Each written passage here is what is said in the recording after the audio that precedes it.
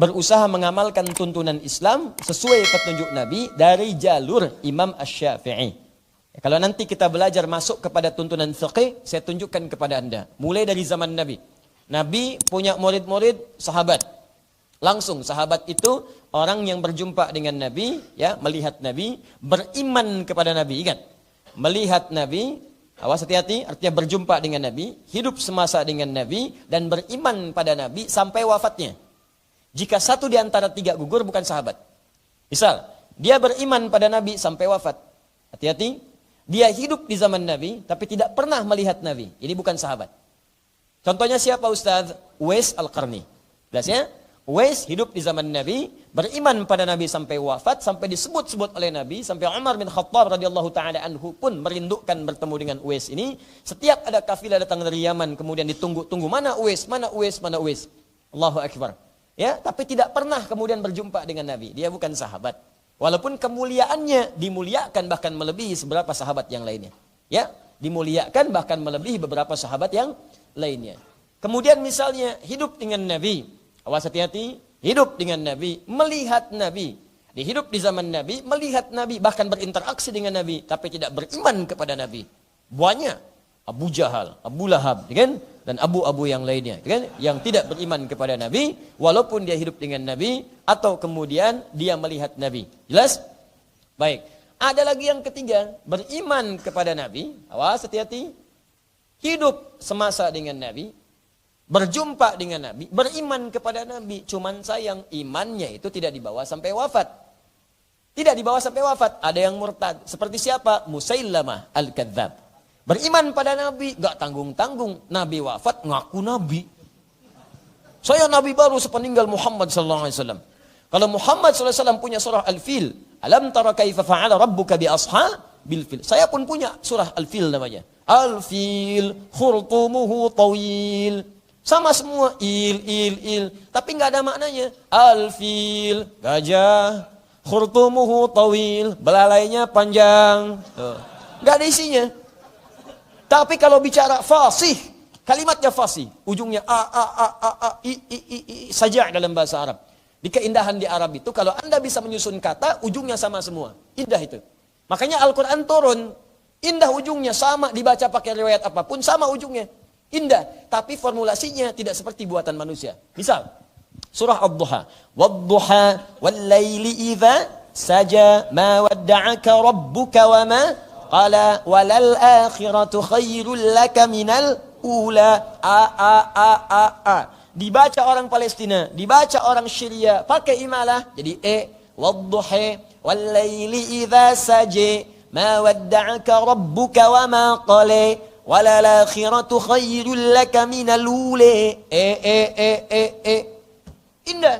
Tapi formulasinya nggak seperti formulasi manusia. Karena manusia saat bikin syair itu, dia punya rumusan formula disebut dengan bahr namanya.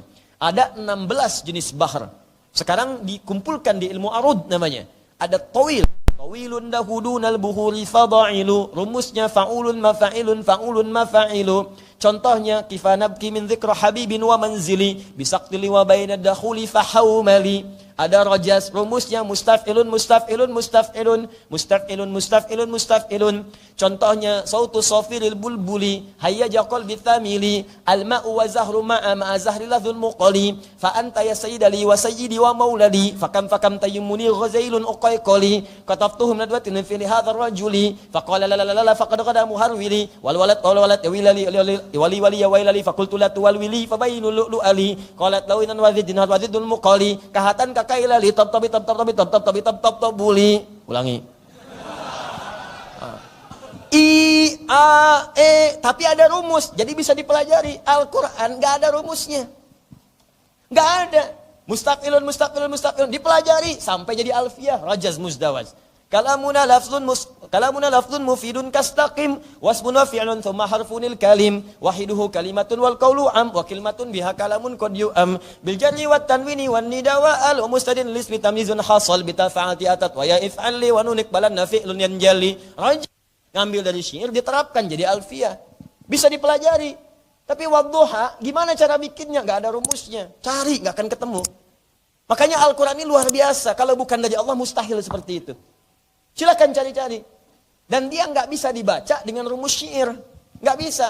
Madid mufa'alatun mufa'alatun fa'ilatun mufa'alatun mufa'alatun fa'ilatun tala'al badru alaina min thaniyatil wada'i wajaba syukru alaina mada'a lillahi da'i tala'al badru alaina. Madid.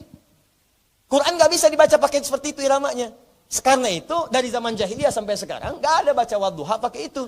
Wadduha wal laili idza saja. Ada yang baca begitu? Tidak ada.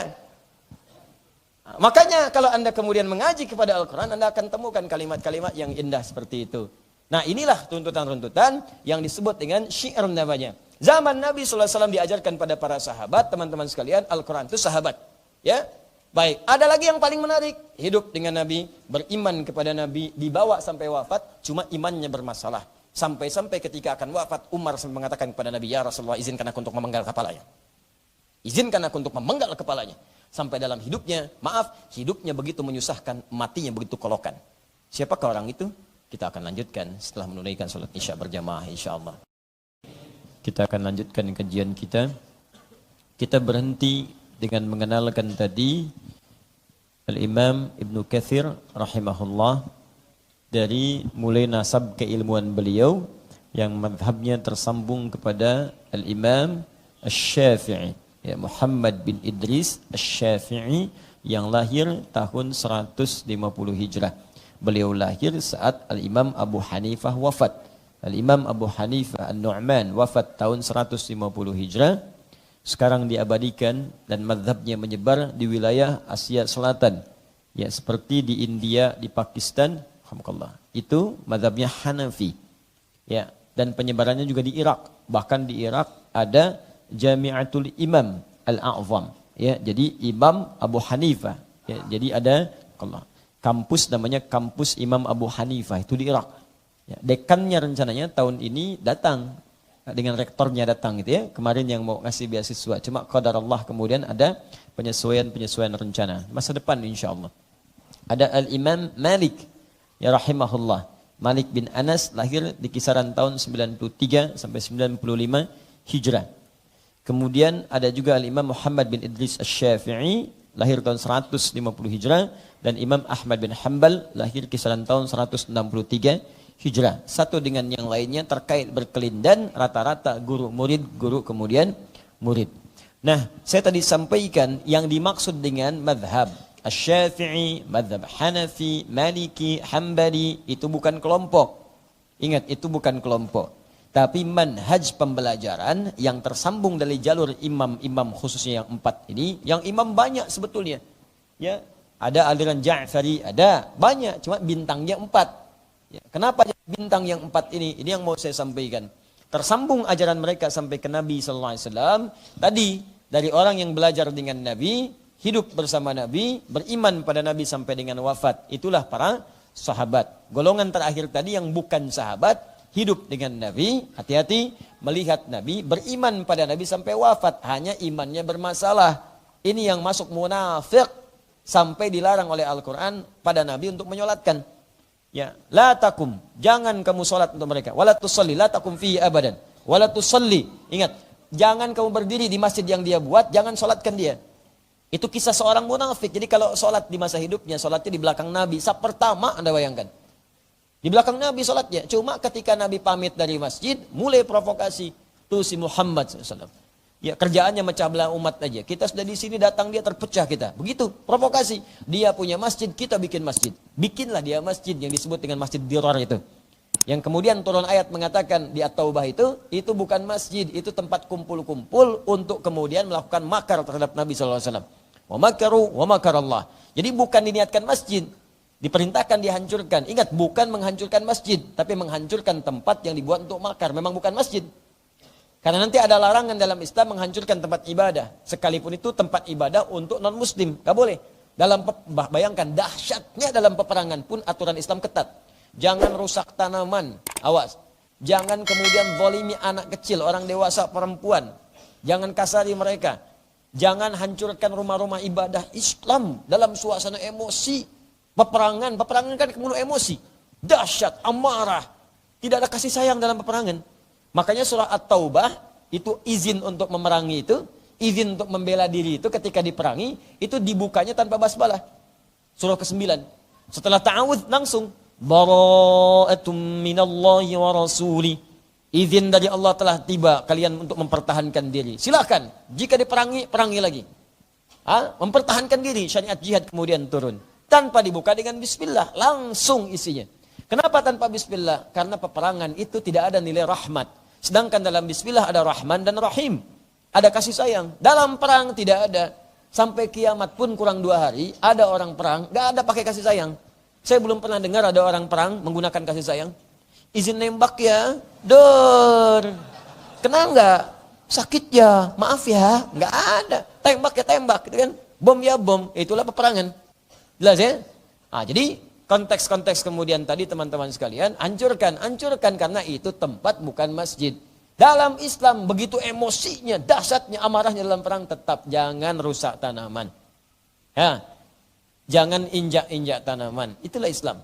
Jangan hancurkan rumah ibadah. Jangan sakiti, kasari perempuan, anak kecil, orang-orang yang sepuh, yang tak mampu beraktivitas dengan baik. Indahnya nilai keislaman. Ini orang di depan Nabi SAW, sikapnya baik, lembut, kata-katanya halus, begitu menarik, retorikanya cantik, luar biasa. Nabi pergi pemecah belah. Perang Uhud, orang dah pada berangkat, alhamdulillah.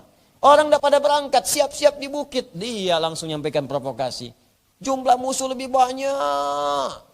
Mati nanti kita. Ayo balik lagi. Sepertiga barisan meninggalkan Nabi, desersi, Anda bayangkan. Gara-gara orang ini.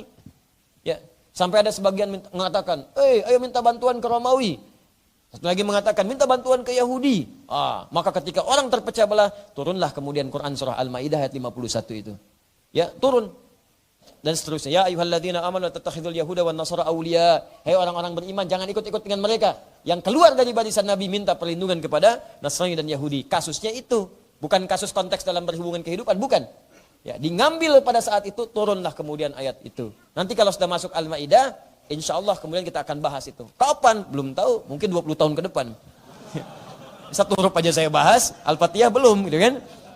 Al-Maidah masih surat kelima. Jadi begitulah orang ini. Sampai orang ini sakit pun Nabi masih perhatian supaya tidak ada fitnah. Tapi jangan lupa, orang ini luar biasa bermasalah, tapi anaknya baiknya luar biasa. Sopan, adab, sayang pada Nabi. Namanya Abdullah nama anaknya. Bapaknya Abdullah, anaknya pun namanya Abdullah. Anaknya ini teman-teman sekalian rajin. Ini kadang begitu. Bapaknya durhaka, anaknya luar biasa taat. Ada lagi yang anaknya maksiat, bapaknya taat. Ada.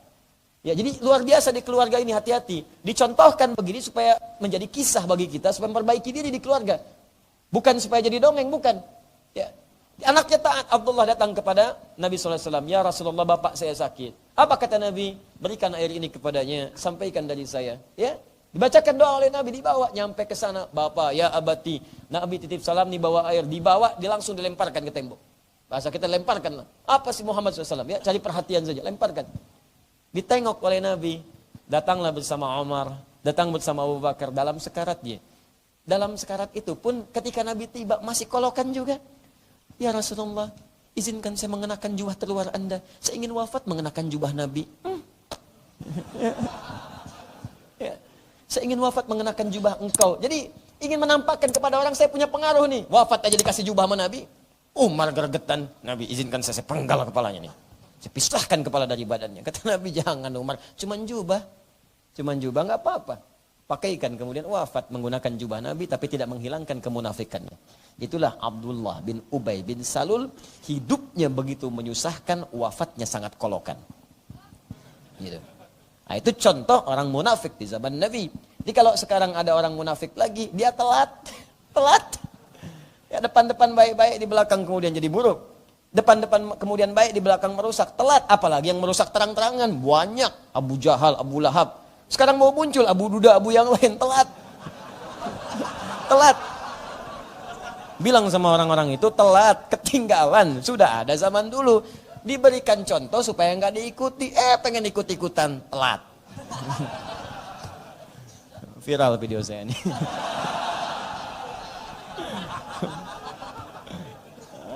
Udah, jelas ya?